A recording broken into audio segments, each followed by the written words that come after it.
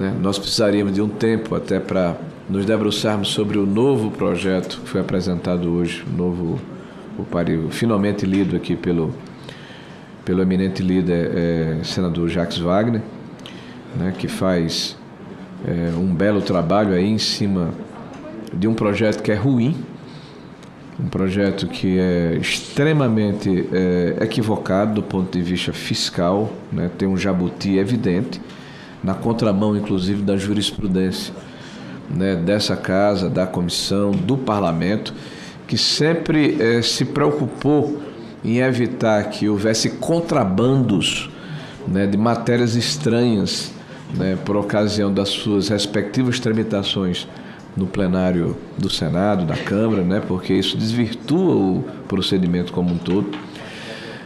Mas vamos dividir aqui a discussão em dois temas. Primeiro, o DPVAT. O DPVAT, o cidadão brasileiro que nos ouve nesse momento, né, certamente não tem uma boa lembrança em relação a um projeto, a um imposto, que quando foi instituído em 1974, eu acho que o senhor, presidente, não tinha nem nascido ainda, 1974, né? Não tinha mesmo, nasci em 77. Tá vendo? Foi um projeto que naquela época não tinha BPC, que é a prestação continuada, não tinha o SUS ainda, né? Então não tinha toda essa estrutura social que existe hoje na sociedade e que é usado para justificar um projeto que perdeu o sentido. É um projeto que é regressivo claramente, porque penaliza a população mais pobre. É um projeto que não tem paralelo no mundo como modelo, porque transfere recursos compulsoriamente, são recolhidos da população de maneira indiscriminada e compulsiva para um monopólio privado. Então, claramente o governo privilegia uma entidade, um grupo de entidades para recepcionar esse recurso em detrimento da vontade da população. E utiliza como argumento de que o SUS precisa ser financiado para isso com esses recursos extraordinários. Mais uma vez o governo recorre a aumentar impostos, a taxar a população e de forma regressiva, perversa contra as pessoas mais pobres, na contramão do discurso de um governo que se diz socialmente justo. A gente está falando em 2019, como termo de comparação, com 0,7%, 70% do orçamento da saúde pública. Então, isso é absolutamente irrelevante, né? Esse imposto, ao longo do tempo, ele foi conhecido não só pela sua baixa eficácia, uma vez que qualquer produto que tem similaridade com esse imposto, ele paga de 60% a 70% de prêmio, esse imposto paga menos de 30% a 40% de prêmio, quer dizer, paga menos, cobra mais da população mais pobre, paga menos a população que eventualmente precisa do imposto. É um imposto que, quando ele, ao longo da sua existência, ele foi caracterizado por uma série de escândalos de malversação de recursos, de desvio, de estabelecimento de monopólios, foi investigado por CPIs, com resultados que o Ministério Público aí teve que se debruçar sobre esses monopólios que foram feitos, né? Muita gente teve que se explicar em relação a esse problema. Então, nós estamos restabelecendo um projeto, um imposto ruim. Aliás, esse governo é um governo pródigo em olhar para o passado, olhar para o retrovisor, tanto no sentido de lamentar o que não está fazendo, como de ressuscitar as políticas que deram errado, né? É um governo que repete os erros. Aliás, repete com os mesmos personagens e com os mesmos métodos, e o que é pior, senador Flávio, espera resultados diferentes.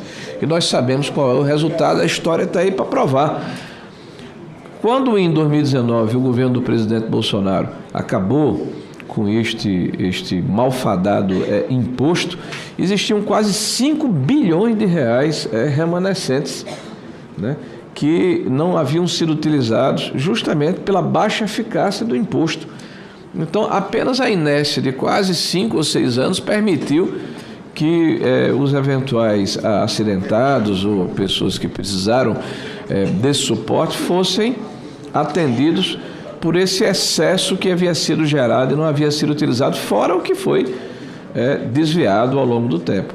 Então, um imposto que penaliza os mais pobres e que cobra pelo menos 4 vezes mais de um condutor de moto, de uma motocicleta, que são os mais pobres na base da pirâmide, né, dada a proporcionalidade, do que a quem tem um veículo de passeio, um carro, né? O que mostra que este governo não está interessado em fazer justiça social, de ter responsabilidade fiscal, de resolver os problemas do país. Está preocupado em, literalmente, sangrar a população brasileira, cobrando impostos de qualquer forma, para equilibrar um orçamento que está cada vez mais fragilizado em cima dessa sanha que o governo estabeleceu para tentar voltar a ter um mínimo de credibilidade com a população. O governo hoje claramente está ilhado, está preso numa bolha, não consegue ir às ruas sem ir para um ambiente controlado, né? O governo ele é mal avaliado pela população brasileira,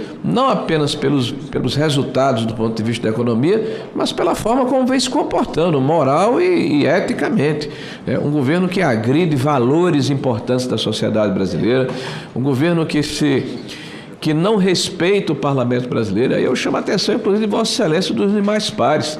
Recentemente nós tivemos um episódio que é apenas uma ponta de iceberg dessa forma como o governo trata a sociedade, a democracia brasileira, né? Na hora em que perde aqui no parlamento, ele tangencia através do judiciário para suplantar a vontade da população que foi expressa aqui dentro do parlamento brasileiro. Um governo que não cumpre acordo, que não respeita o parlamento brasileiro, que não respeita a democracia brasileira.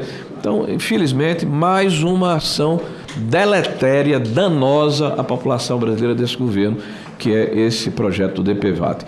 E aí vem a cereja do bolo, que é a segunda parte da discussão. Eu me lembro, o ano passado eu aqui estava, aqui não, foi na CAI, foi na Comissão de Assuntos Econômicos, mas eu estava aqui, o líder do governo, estavam vários outros parlamentares, e eu dizia naquela oportunidade, o governo apresentava um projeto chamado Arcabouço Fiscal.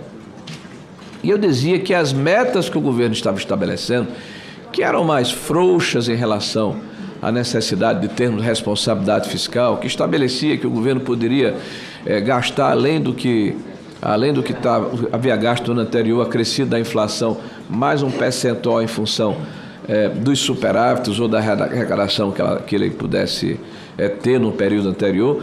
Eu dizia que, infelizmente, o governo não tinha credibilidade, que eu não podia acreditar no governo se comportar da maneira como se comportou, porque no início do governo, aliás, antes do governo começar, aprova uma PEC que ele chamou de transição, que aumentou em 220 bilhões as despesas do governo, sem receitas correspondentes e sem anulação de despesas.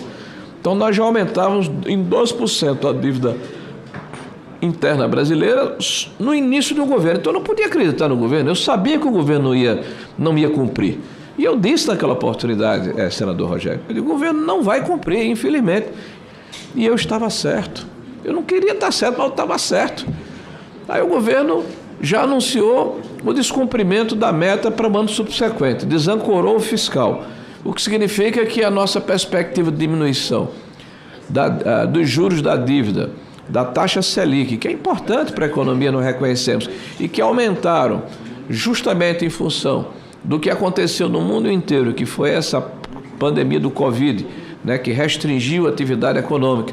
E o Brasil saiu na frente, e tanto fez isso, que o Roberto Campos, que é o presidente do Banco Central, e aqui eu preciso referenciá-lo, foi 3 vezes seguido escolhido o melhor banqueiro central do mundo, por sua gestão do ponto de vista monetário. Aliás, o presidente precisa aprender um pouquinho o que é política monetária, porque todo dia ele sai batendo no presidente do Banco Central, que é quem tem garantido o mínimo de sanidade nessa economia. Aí o governo vai, novamente descumpre o seu arcabouço aqui. Pela segunda vez descumpre o seu arcabouço. Pela segunda, não, desculpe, é a quarta ou quinta, desculpe, eu estou até perdido aqui nos números, né? O arcabouço diz que a avaliação que vai definir, né, para a Lei de Diretrizes Orçamentárias, que é enviada ao Congresso Nacional, né, o volume de despesas que poderão ser efetuadas no ano subsequente, elas são levadas em consideração a partir do segundo bimestre do ano. E eu chamo a atenção dos senhores senadores. Por quê? Porque aí você já teve o primeiro bimestre terá o segundo bimestre, então você terá uma regularidade mínima, né, no comportamento da receita daquele ano. O que é que o governo faz? Isso está dentro do arcabouço. O que é que o governo faz? Novamente dá uma pedalada, literalmente uma pedalada fiscal. É porque a palavra é bonita, desculpa, vou repetir aqui, tá? Pedalada fiscal, novamente, né, travestida, né, de boas intenções, para crescer 15 bilhões de reais a mais dentro do orçamento desse ano, levando em consideração como referência não o primeiro bimestre, que é o que estava dentro do arcabouço original, mas o segundo bimestre. Ora, se a lei que é estabelecida e as regras por esse governo são alteradas ao sabor da conveniência e da circunstância, se o governo não tem previsibilidade, se o governo não tem planejamento, se o governo não se programa, imagine a população brasileira que é impactada por esse tipo de situação. Então, senhor presidente, sem prejuízo de discutirmos novamente o termo e o texto na próxima sessão, elogiando Vossa Excelência aí pela decisão tomada, e também os parlamentares que aqui vieram, né, o Mourão, o Flávio, o Plínio, o líder Jacques Wagner, o senador Rogério, Vossa Excelência, pessoalmente aqueles que estão nos acompanhando, né, eu peço aos nossos pares que olhem com muita atenção o que está acontecendo aqui, porque nós estamos, na verdade, atropelando a responsabilidade fiscal e penalizando a população mais pobre.